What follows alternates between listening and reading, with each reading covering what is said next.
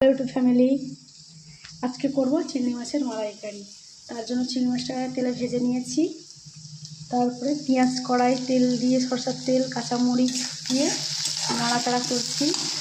এখানে আছে টমেটো কুচি, এখানে আছে টক দই, এখানে আছে পোস্ত আর কাজুবাদাম বাটা, এখানে গুঁড়ো মশলা আছে হলুদ গুঁড়ো, জিরে গুঁড়ো, আদা রসুনের পেস্ট, নুন, লঙ্কা গুঁড়ো।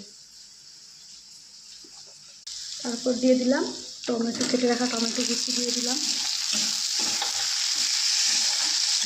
নাড়াচাড়া করছি, নাড়াচাড়া করতে করতে এটা একটু মজে যাবে। তারপরে দিয়ে দিলাম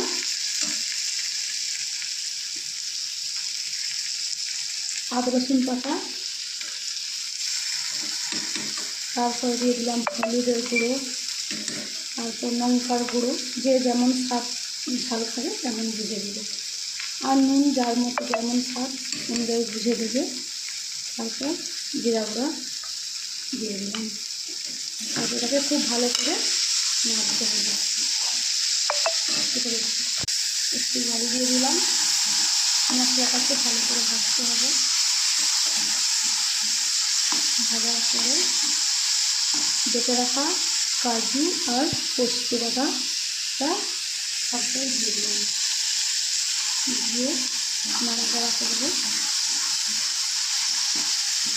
নাড়াচাড়া করতে করতে মশলাটা মাখা করে ঘিরে আসছে। তারপর দিয়ে দিলাম চিংড়ি মাছটা, ভেজে রাখা কড়াইতে চিংড়ি মাছটা রেখেছিলাম, সেই চিংড়ি মাছটা দিয়ে দিলাম, দিয়ে নাড়তে থাকলাম।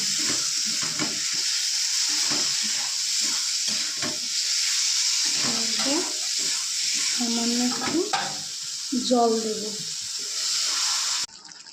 তারপর যে বাটিতে দইয়ের পেস্ট ছিল দিয়ে দিলাম, দিয়ে নাড়লাম। তারপর সামান্য অল্প একটু চিনি দিলে টেস্টটা ভালো হয়, রান্নার কোয়ালিটিও খুব সুন্দর হয়, টেস্টটা খুব ভালো আসে।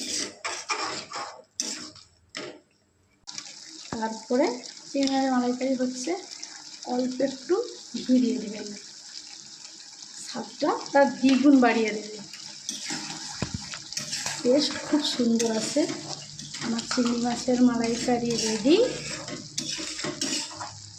এইরকম চিংড়ি মাছের মালাইকারির সঙ্গে থাকলে বন্ধুরা